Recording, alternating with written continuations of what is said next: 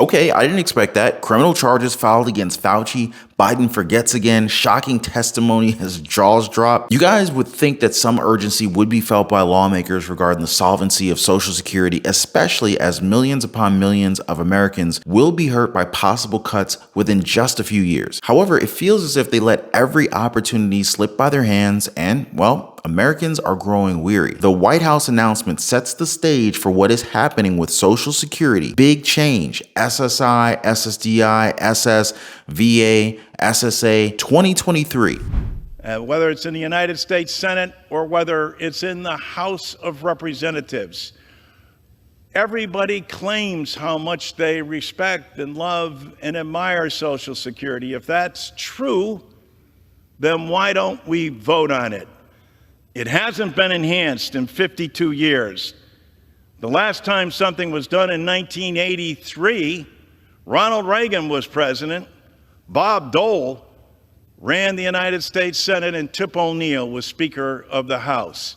And they extended Social Security at that time, its solvency, but they didn't do anything to enhance the program. I dare say that things have changed a lot since Richard Nixon was president in terms of the cost of procuring goods and services in this country, and yet we have not done anything as a Congress to enhance the benefit of the more than 66 million people who are on Social Security. That number will exceed 70 million within a year and a half. 70 million of our fellow Americans, and here's the real deal, 5 million of them get below poverty level checks from their government, having worked all their lives, paid into a system to get an earned benefit, and find themselves getting a below poverty level check because the United States Congress has not acted on their behalf.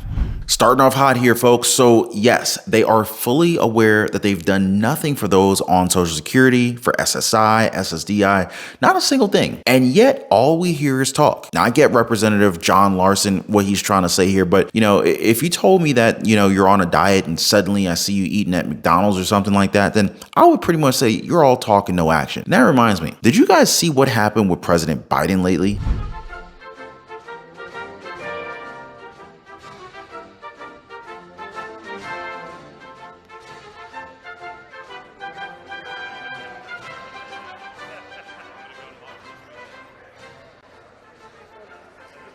Is I'm coming back to shake your hand, but I forgot I didn't sign the order. All that talk and no action.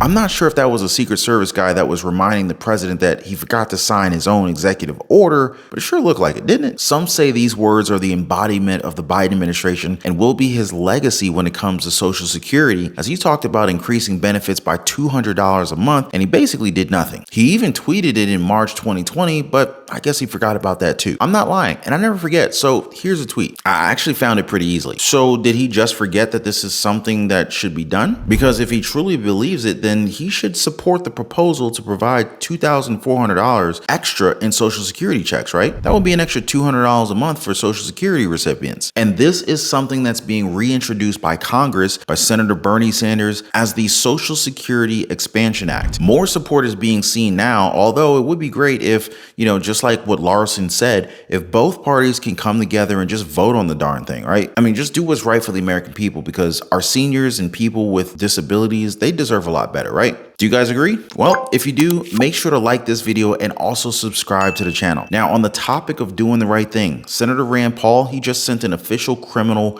referral to the Department of Justice over a 2020 email from Dr. Anthony Fauci that he says is the proof that the good doctor's C-19 testimony was a complete lie. A government official lying to the American people and the entire world? That's unheard of. Now, I know you guys are already used to my sarcasm, but just for those who aren't, this is clearly sarcasm. But what was this testimony, right? Well, it was about Fauci's apparent knowledge or lack thereof regarding the dangerous virus research that was happening in a Wuhan lab in China. And so that's why Paul is saying that Fauci clearly committed perjury, as he has emails describing the research being done over there. Meanwhile, he told Congress that there's no such funding being given. Now, this is very contrary to what the Government Accountability Office determined when they said that the Wuhan Institute of Virology and Wuhan University did in fact get funding from the NIH. Crazy, right? Will this be the first time that a lie made to Congress will actually have repercussions for them? I mean, we've seen time and time again how people can just talk about anything up there without providing any kind of truth, and basically nothing happens to them. I mean, what would happen if it was me or you who went up to testify and just straight up lied? Would we be as lucky? Now, speaking of repercussions though, the person who brought cocaine into the White House, whoever that person may be, wink wink, seems to be getting off scot-free as the US Secret Service just refused to comply with a FOIA request. That's a Freedom of Information Act request to provide records relating to the cocaine that was found in the White House. You know what the Secret Service had to say about that? They said that providing any information to the public could potentially interfere with enforcement proceedings. Wow. Now, I'm sure you guys have something to say about that, and I'm pretty sure there's going to be some interesting conversations about that in the comment section down below. But on that note, Democrats are now admitting that President Biden did in fact talk to Hunter Biden and his business partners